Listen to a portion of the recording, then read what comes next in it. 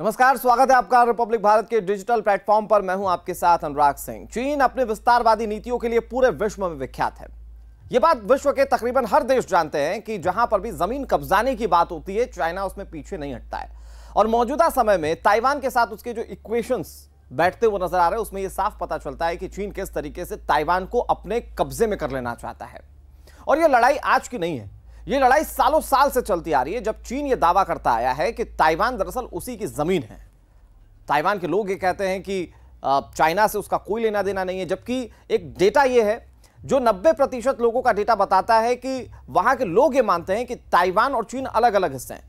किसी भी देश के लोगों का यह मानना कि क्या वो उस देश के हिस्सा है या नहीं है बहुत जरूरी होता है। तो ताइवान के लोग 90% ये कहते हैं कि ताइवान और चाइना अलग अलग है, उनका आपस में कोई लेना देना नहीं है। जबकि जो जमीन की बात होती है उस पर 75% ताइवान के लोग कहते हैं कि जो जमीन है चाइना की वो अलग है और ताइवान की जमीन अलग है।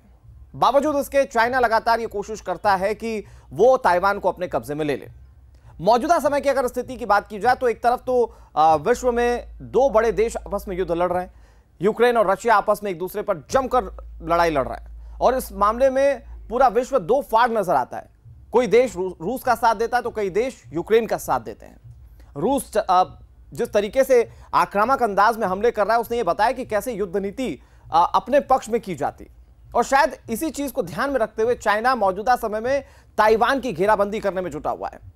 अगर हम देखें तो पिछले काफी दिनों से कई बार ऐसा देखने को मिला जब चीन के एयरक्राफ्ट जो हैं, युद्धपोत जो हैं, वो ताइवान के अंदर दाखिल हुए, ताइवान की जमीन पर दाखिल हुए।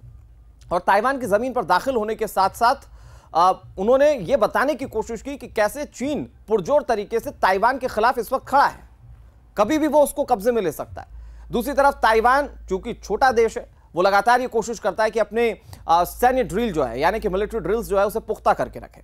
वो लगातार अपनी तैयारियों को जांचता रहता है, भांपता रहता है, ताकि किसी भी वक्त अगर हमला होता है चाइना की ओर से उस पर, तो वो उसका जवाब दे पाए। लेकिन अगर मौजूदा समय की स्थिति को देखें तो ताइवान चाइना के मुकाबले बहुत पीछे नजर आता है। अगर युद्ध ऐसे ही आगे बढ़ता रहा रूस और यूक्रेन के बीच में, तो उसका कुछ इंपैक्ट यहां पर भी देखने को मिलेगा, क्योंकि लगातार रूस और जो यूक्रेन के बीच लड़ाई है उसमें बार बार ये चाइना कहता रहा है कि वो रूस के साथ है और रूस की कोई गलती नहीं है। यानी कि इसका मतलब यह है कि वो भी ये चाहता है कि जिस तरीके से रूस ने आक्रामक अंदाज में युद्ध लड़ा है, ठीक उसी तरीके से वो भी युद्ध लड़े। तो आने वाले वक्त में हो सकता है कि ताइवान इसी तरीके से जंग लड़ता हुआ नजर आए जिस तरीके से आज के समय में यूक्रेन लड़ रहा है।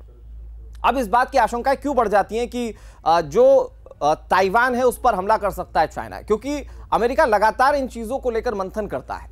और अमेरिका के एक बड़े अधिकारी ने, जो कि लगातार इंटेलिजेंस से जुड़े रहे, उन्होंने इस बात का खुलासा किया कि चीन लगातार ये कोशिश कर रहा है कि ताइवान को अपने कब्जे में ले ले, क्योंकि यह मौका जब दो देशों के बीच में युद्ध चल रहा है तो उसके लिए सबसे ज्यादा मुनासिब है। इसीलिए अमेरिका ने भी इस बात की चिंता जाहिर की। हालांकि अधिकारी ये भी बताते हैं कि अगर चाइना को ताइवान पर कब्जा करना होगा तो वो सीधी युद्ध नहीं लड़ेगा, जिससे कि उसे पूरे विश्व से खतरा मोल लेना पड़े या फिर पूरे विश्व से अलग थलग होना पड़े। क्योंकि इससे पहले अगर आप देखें तो रूस और यूक्रेन में जब युद्ध हुआ तो रूस को पूरे विश्व से अलग थलग होना पड़ा। चाइना की इकोनॉमी जो है वो मार्केटिंग पर चलती है, और अगर दूसरे देशों से उसे अलग थलग होना पड़ा तो इसका सीधा असर उसकी मार्केटिंग पर पड़ेगा। तो इसीलिए जानकार बताते हैं कि कई लोग ये बताते हैं कि चाइना नहीं चाहता कि सीधे तौर पर ये लड़ाई हो, जबकि चाइना चाहता है कि ये स्ट्रेटेजिक वॉर हो और हर तरीके से दबाकर वो ताइवान को अपने कब्जे में कर पाए।